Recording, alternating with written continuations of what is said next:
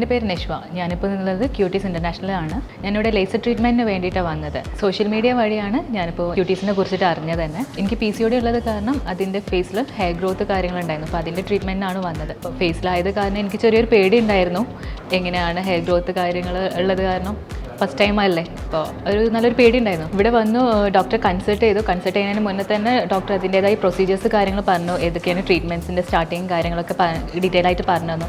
അപ്പോൾ തന്നെ നമ്മുടെ ഫിയർ തന്നെ കുറച്ചൊന്ന് കുറഞ്ഞിട്ടുണ്ടായിരുന്നു.